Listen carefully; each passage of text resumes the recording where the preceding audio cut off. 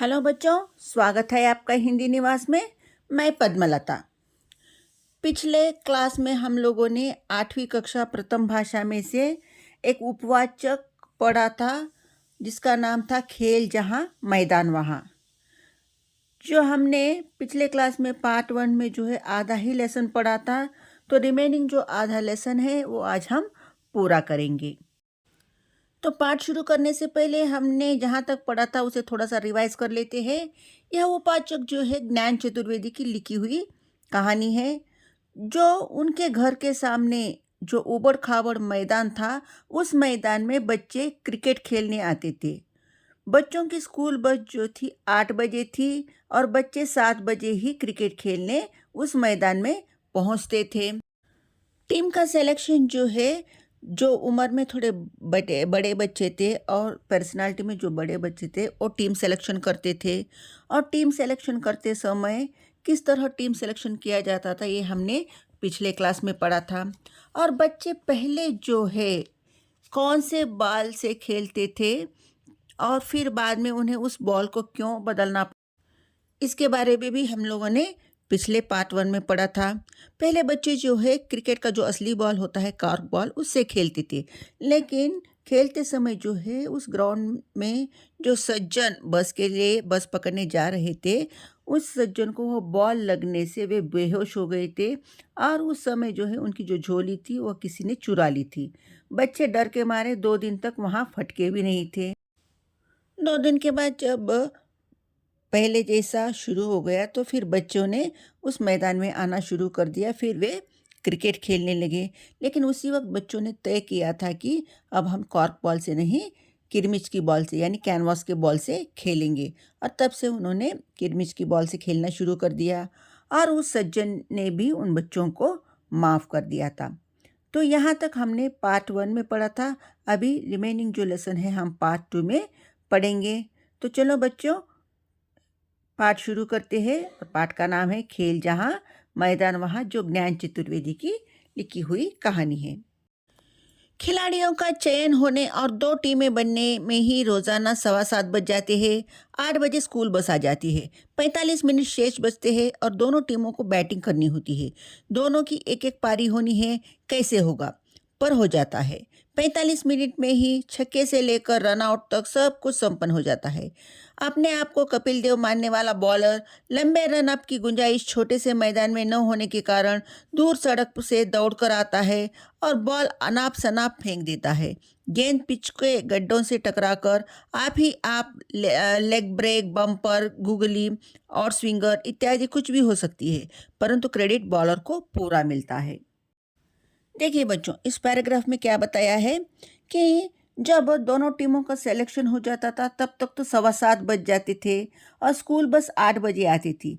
यानी उनके पास कितना टाइम बचा था? सिर्फ 45 मिनट, यानी 45 मिनट्स। तो 45 मिनट्स में दोनों टीमों को बैटिंग करनी होती थी। और इस 45 मिनट्स में जो बैटिंग करता था वह सिक्सर भी मार लेता था और रन आउट भी हो जाते थे। और जो बॉलर था, वह बॉलर, उनमें से कुछ बच्चे जो है अपने आप को कपिल देव मानते थे। और वह मैदान उबड़ खाबड़ होने के कारण दौड़ने के लिए मतलब कम जगह पड़ती थी। इसीलिए वो बॉलर क्या करते थे कि सड़क से दौड़कर आते थे और बॉलिंग करते थे। तो इसमें जो है लेग ब्रेक, बम्पर, गुगली और स्विंगर, मतलब ऐसे भी जो है जिन्हें क्रिकेट के बारे में बहुत बारीक जानकारी है, सभी वर्ड्स उन्हें मालूम है। तो ये सभी जो है उस 45 मिनट्स में हो जाता था। लेकिन क्रेडिट जो है पूरा किसे मिलता था? उस बॉलर को, जिसने गेंद फेंक कर मारी है उसे क्रेडिट मिलता था। क्या बॉल काटी यार, मान गए। कितने विकेट लिए तूने? मैंने तो आज 7 विकेट लिए। बच्चे 45 मिनट में 7 विकेट निकाल रहे हैं और माँ बाप कहते हैं कि कहाँ से फाड़ लाई है पैंट, कल से खेले तो खबरदार टांगे तोड़ दूंगा। पर बच्चे निरुत्साहित नहीं होते, वे सारा रिस्क लेकर भी लगे रहते हैं। बॉलिंग यानी गेंदबाजी चल रही है, खतरनाक। मैदान में यहाँ वहाँ हॉल, कपिल, मार्शल और एंडी रॉबर्ट्स बिखरे पड़े हैं। टीम का हर बच्चा गेंद करना चाहता है, लड़ते हैं सब। तो जब खेल खत्म होता था तो बच्चों में बातें होती थी। क्या बातें करते थे? अरे यार, तूने क्या बॉल काटी है, मान गई तुझे। तो कोई पूछता था कि कितने विकेट लिए तूने? तो वह बॉलर क्या बताता था कि मैंने आज 7 विकेट लिए। तो 45 मिनट में जो है इस तरह का खेल होता था। और घर में जो माता पिता थे उन बच्चों के, तो खेलते समय जब उनकी कपड़ों की जो दशा थी, किसी की पैंट फट जाती थी, तो किसी की शर्ट बहुत धूल बैठ जाती थी, तो घर में माता पिता जो है उन्हें डांटते थे और कहते थे कि खबरदार, कल से अगर तूने क्रिकेट खेला तो मैं तेरी टांगे तोड़ दूंगा। माता पिता की बातों का बच्चों पर कोई असर नहीं होता था। बच्चे बिल्कुल भी निरुत्साहित नहीं होते थे और वे अपना खेल जारी रखते थे। तो जो बॉलिंग करते थे, बहुत ही खतरनाक बॉलिंग होती थी। और हर एक बच्चा जो है अपने आप को वेस्ले हॉल, जो वेस्ट इंडीज़ के बॉलर है, उसी तरह कपिल देव, मार्शल और एंडी रॉबर्ट्स समझते थे। और हर एक बच्चा जो है उस टीम का बॉलिंग करना चाहता था और बॉलिंग के लिए बच्चे जो है एक दूसरे से झगड़ते रहते थे। अब मैं करूँगा। अरे अभी 5 ही बॉल तो हुई है, उल्लू मत बना, 8 कर चुका। जा जा। लड़ते हैं आपस में।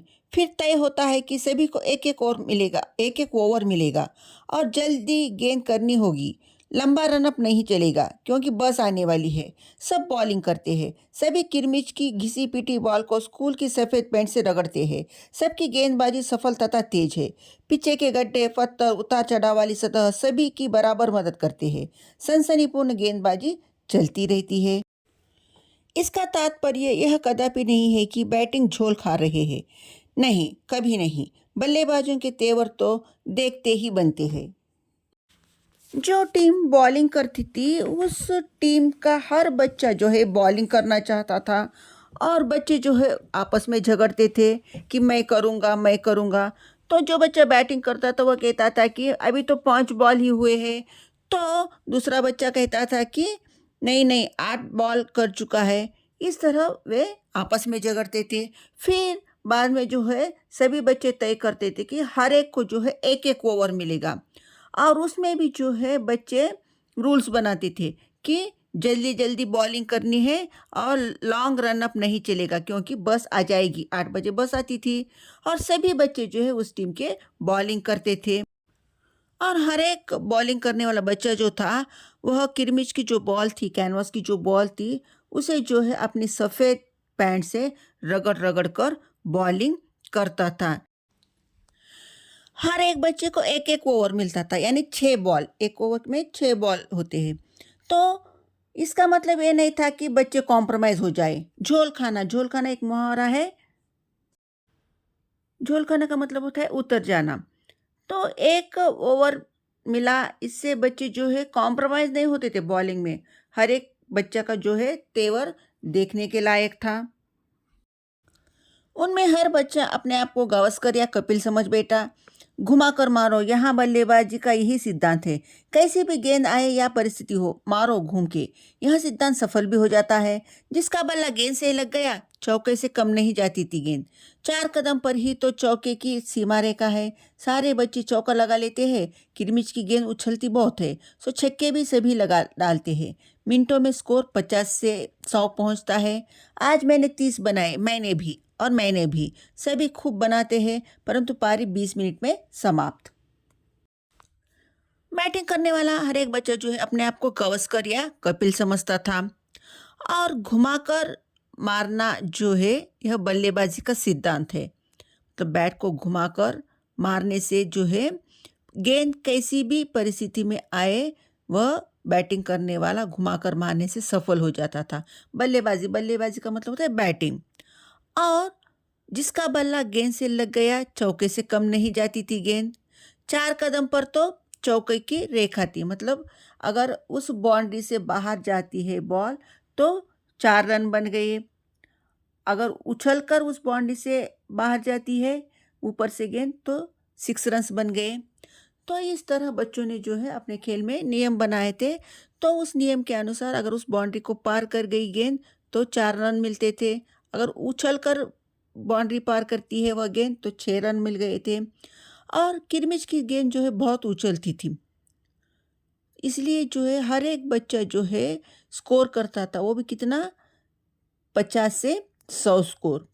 तो बच्चे जब खेल ख़त्म होता है तब बातें करते थे कि मैंने आज 30 रन बनाए, तो कोई कहता था कि हाँ मैंने भी 30 बनाए। और ये सभी जो है, मतलब वह बैटिंग करने वाली जो टीम थी, तो 20 मिनट में बैटिंग ख़त्म हो जाती थी। फिर दूसरी टीम, मतलब जिन्होंने बॉलिंग की थी, वह बॉलिंग करने वाली टीम फिर बैटिंग करने लगती थी, और बैटिंग करने वाली टीम बॉलिंग करने लगती थी। इस तरह दोनों टीमें जो है एक बार बैटिंग और एक बार बॉलिंग करती थी। इस तरह पूरे 45 मिनट में जो है खेल ख़त्म हो जाता था। फिर दूसरे आते हैं, वे भी बनाते हैं। एक बच्चा स्कोर याद रखता जाता है। मौखिक स्कोर बोर्ड पर किसी को भरोसा नहीं, इसलिए हर बच्चा अपना स्कोर खुद भी याद करता जाता है। इसी चक्कर में सब घालमेल हो जाता है। बाद में सभी झगड़ते हैं कि असली स्कोर क्या रहा। कोई नहीं मानता कि कौन जीता। दोनों टीमें जीत का दावा करती है, झगड़ा होता है, सभी शामिल होते हैं इसमें, वे भी जो खेल नहीं रहे थे। हंगामा हो जाता है और सब एक दूसरे को कहते हैं कि देख लेंगे बेटा, हमेशा बेईमानी करती हो तुम। हाँ करते हैं, कर ले, क्या करेगा, धांस किसी और को देना। तभी बस आ जाती है। सारे बच्चे जो लड़ रहे थे हंसते खेलते हल्ला करते अपने अपने बस्ते विकेट से निकाला और बस की तरफ बेहताश भागते हैं। उस दिन का टेस्ट मैच बिना किसी शिकवे के समाप्त हो जाता है, चली जाती है बस। तो दोनों टीमों के बच्चे जो है बैटिंग भी करते हैं और बॉलिंग भी करते हैं, और एक बच्चा जो है स्कोर याद रखता है कि किसका कितना स्कोर हुआ, लेकिन उसके स्कोर पर बच्चों को भरोसा नहीं, इसीलिए बच्चे जो है खुद का स्कोर खुद ही याद रखने की कोशिश करते हैं, और इस चक्कर में जो है सभी घालमेल हो जाता है। घालमेल का मतलब होता है जम्बल्ड, मतलब सही स्कोर किसी को याद नहीं रहता कि किसका कितना स्कोर हुआ। तो इस चक्कर में जो है बच्चे फिर झगड़ा शुरू करने लगते हैं कि नहीं नहीं मेरा स्कोर इतना था, नहीं नहीं मेरा स्कोर इतना था। इस तरह दोनों टीमों के बीच जो है झगड़ा होता है, और दोनों टीमें कहते हैं कि नहीं नहीं हमने जीती है, मतलब मैच हमने जीती कहकर दोनों टीमें जो है झगड़ा करते हैं। और इस झगड़े में वे बच्चे भी शामिल होते हैं जो खेल में नहीं थे, और इस तरह वहाँ हंगामा खड़ा हो जाता है और बच्चे झगड़ने लगते हैं और कहते हैं कि तुमने बेईमानी करके मैच जीती है, देख लेंगे अगली बार। तो इसी झगड़े में जो है बस आ जाती है, और फिर बच्चे जो है झगड़ा छोड़कर फिर हंसी खुशी विकेट जो बनाई थी बैगों से अपना अपना बैग लेकर बस की ओर दौड़ते हुए जाते हैं और बस में बैठ जाते हैं, और बस वहाँ से चली जाती है।